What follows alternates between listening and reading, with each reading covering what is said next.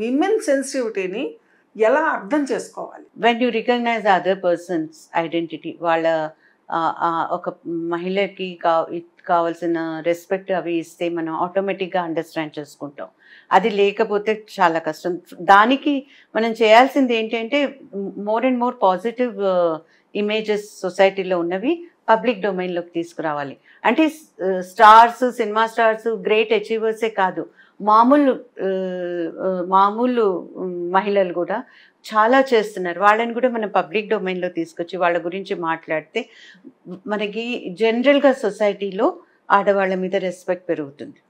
ఎందుకంటే వాళ్ళని మనం అలాగే ఎక్కడో బ్యాక్గ్రౌండ్లో పెట్టేస్తే మనకు అది అవ్వదు.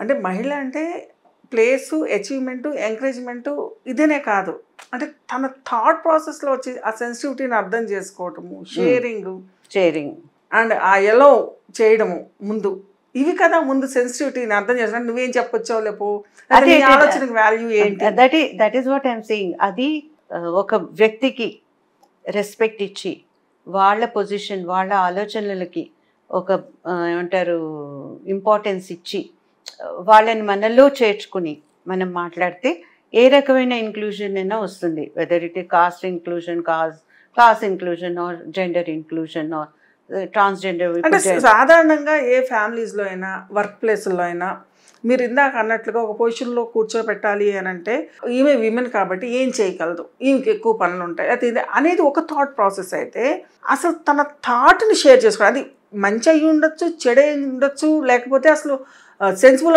అయి ఉండొచ్చు, లేదా నాన్ సెన్సిబుల్ అయి ఉండొచ్చు. అవును, దీనిని వినడానికి కూడా విమెన్ కూడా సిద్ధంగా ఉంటారు. అది చాలా ఫ్యామిలీస్లోనూ చాలా కాంటెక్స్లో అయ్యే విషయమే.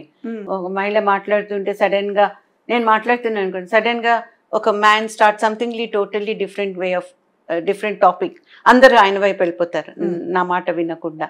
చాలా ఆఫెన్ అవుతుంటుంది. నేను I keep fighting also, like you listen to because I'm talking something అని చెప్పి. ఒక రకమైన చిన్న చూపు, ఒక రకమైన ఏమంటారు ఏం చెప్తుందిలే అన్న ఒక యాటిట్యూడ్ కూడా ఉంటుంది. కానీ మెల్లిగా దానికి మనంతటి మనం కూడా మన స్టాండ్ తీసుకోవాలి.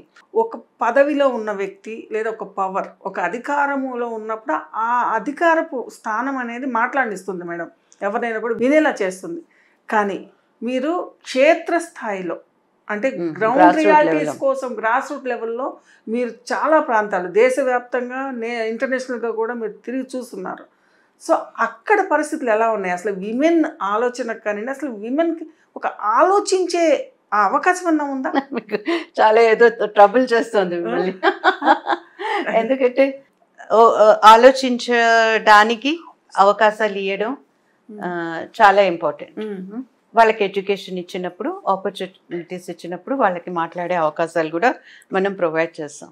అది లేనప్పుడు మనకి వాళ్ళు మాట్లాడలేరు ఎక్కువ. మా విలేజెస్లో నేను చూశాను, మేము వెళ్ళినప్పుడు ఇలా గుంగట్ వేసుకుని తలుపు వెనకాల కూర్చునేవాళ్ళు. మేము వాళ్ళకి leadership training programme, communication training programme, వాళ్ళకి యాక్సెస్ టు ఇన్స్టిట్యూషన్, వాళ్ళని పోలీస్ స్టేషన్కి తీసుకెళ్ళి చూపించడం, స్కూల్ అథారిటీస్తో మాట్లాడించడం, అలా చేసేసరికి ఎంత కాన్ఫిడెన్స్ వచ్చిందంటే వాళ్ళ ఆ ప్రాజెక్ట్ అంతా వాళ్ళే నడుపుతున్నారు. అది వాళ్ళకి ఎంత ఎక్స్పోజర్ ఉంటే అంత కాన్ఫిడెన్స్ వస్తుంది, అంత వాళ్ళు వాళ్ళ మాటని ధాటిగా చెప్పగలుగుతారు. మనం ఆపర్చునిటీ ప్రొవైడ్ చేయకపోతే అలానే తగ్గి ఉన్నారు కాబట్టి వాళ్ళని ఇంకా తొక్కి ఉంచుతారు. సో అది మనకి ఏదైనా ప్రాజెక్ట్ కానీ ఏదైనా ఇంటర్వెన్షన్ కానీ మనం మాట్లాడలేని వాళ్ళకి మాట్లాడే స్తోమత, మాట్లాడే శక్తి కలిగించాలి. ఏంటి అంటే by exposing them to the world, by giving them opportunities to express themselves. మనం అది చేసాము అంటే చాలా ఎంపవర్మెంట్ అవుతుంది.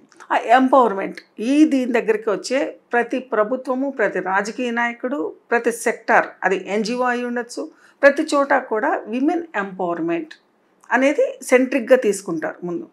సో ఈ మాట్లాడే శక్తే లేనప్పుడు, మాట్లాడడానికి మాట పెదవి దాటే రానప్పుడు వీటిని గ్రాప్ చేయటం అనేది చాలా కష్టం.